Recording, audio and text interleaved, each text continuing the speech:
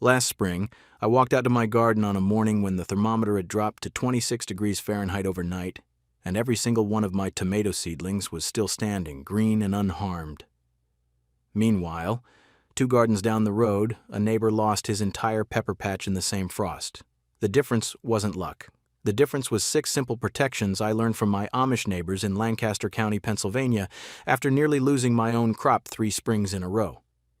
For about 25 years, my frost strategy was the same thing most folks do. I'd check the weather app, panic, grab whatever old bed sheets I could find, throw them over the plants, and hope. Some years it worked. Most years I'd walk out the next morning to blackened leaves and a sick feeling in my stomach. But a few years back, I started spending time around an Amish family outside of Intercourse, Pennsylvania, and I noticed something. They didn't panic. They didn't scramble. They had a quiet, layered system they've been using for generations, and it almost never failed them. Today I'm going to walk you through exactly what they do step by step, so you can build the same kind of cold protection into your own garden using materials you probably already have. And stay with me to the end, because I'll share one technique an Amish neighbor named Daniel showed me that can keep soil warm enough to grow lettuce well into December without a single watt of electricity. I've never seen it written down in a gardening book. Now, I want to be honest with you. When I first started learning about how Amish families handle frost, part of me was skeptical. I figured after 3 decades of gardening, if there was a better way to protect tender plants, I would have come across it. I'd read the books. I'd tried the commercial frost cloths. I'd rigged up hoops and plastic and space heaters in my greenhouse. And I was still losing plants every spring and every fall. What I realized, watching Daniel and his family work, is that I had been treating frost as a one-time emergency. They treat it as a predictable condition you plan around from the day you pick your garden site. That shift in thinking changed everything for me, and it didn't cost me a dime. In Amish communities, especially in the Lancaster County settlements, there's a guiding concept called Gelassenheit, which roughly means yielding to the natural order. It's not a mystical idea. It's deeply practical. When you're feeding a family of 10 or 12 from one piece of land with no electric heat, no greenhouse lights, and no ability to just run to the store for replacement transplants, you cannot afford to fight the weather.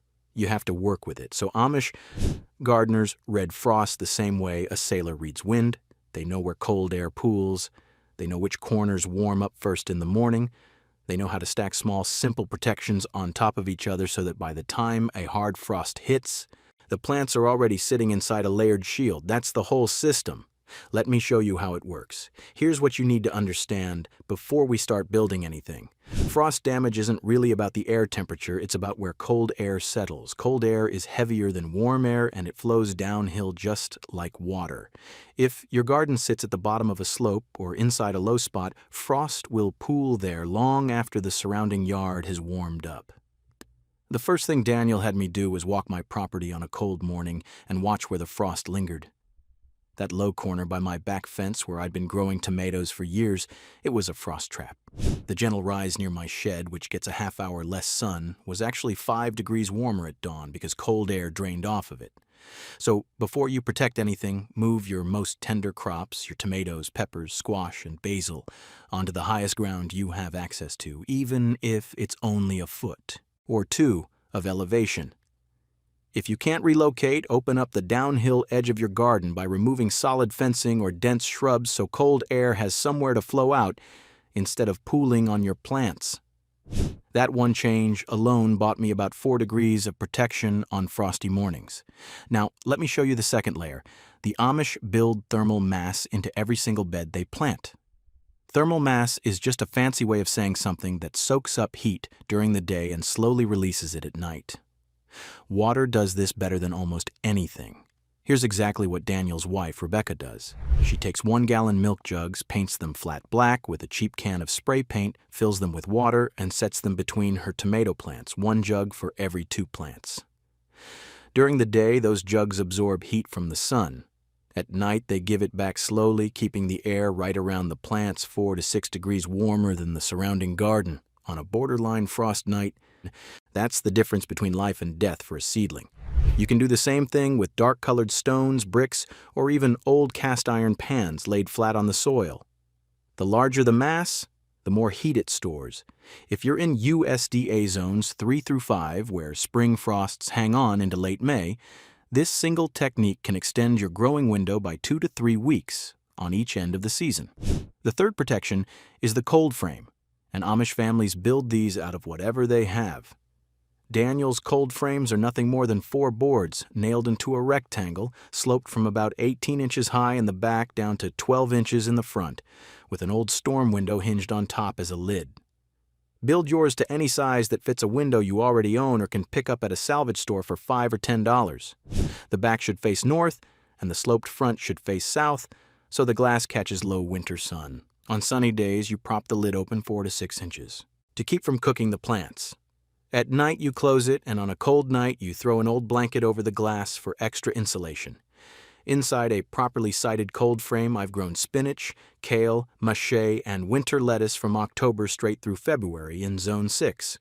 The conventional approach is to buy a factory-made cold frame kit for $200. The Amish approach is to build one in an afternoon from scrap lumber and an old window for under $15, and it works every bit as well.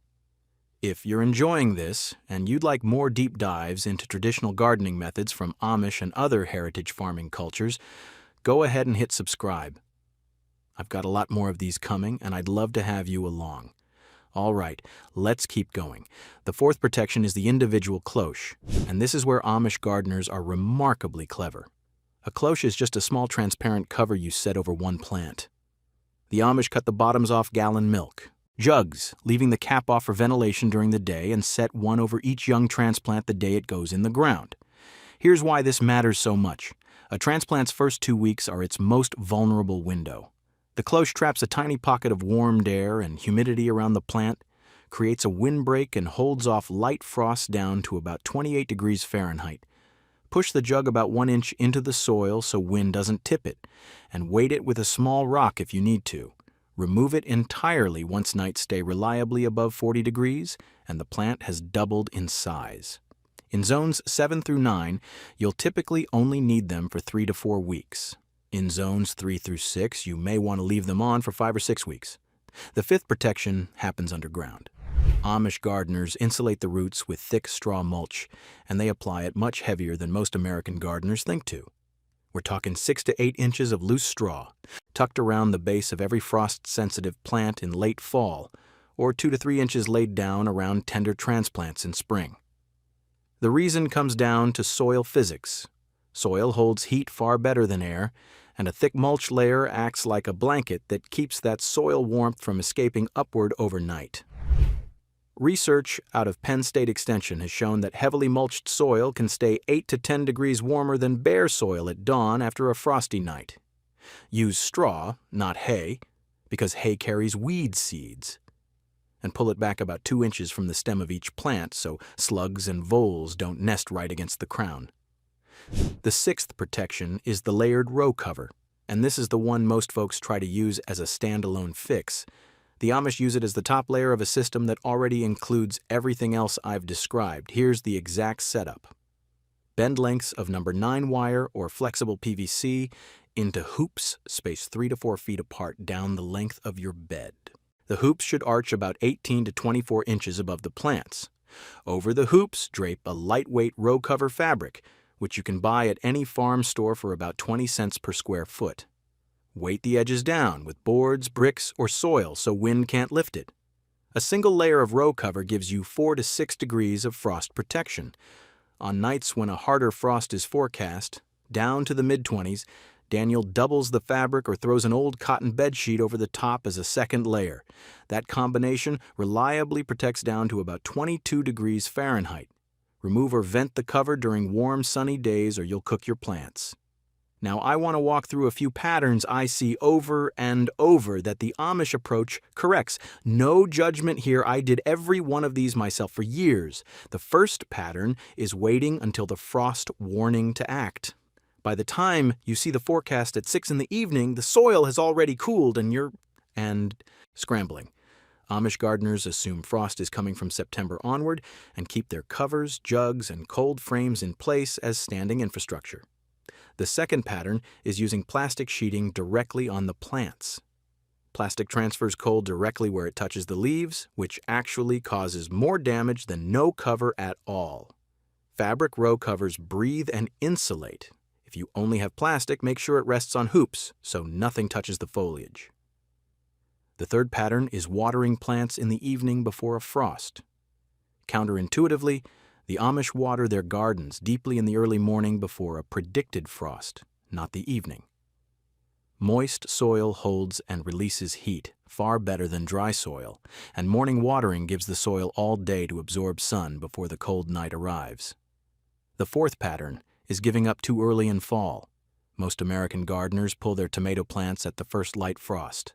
Amish gardeners routinely harvest tomatoes into early November, in Zone 6, by simply covering the plants on frost nights and uncovering them on warm afternoons.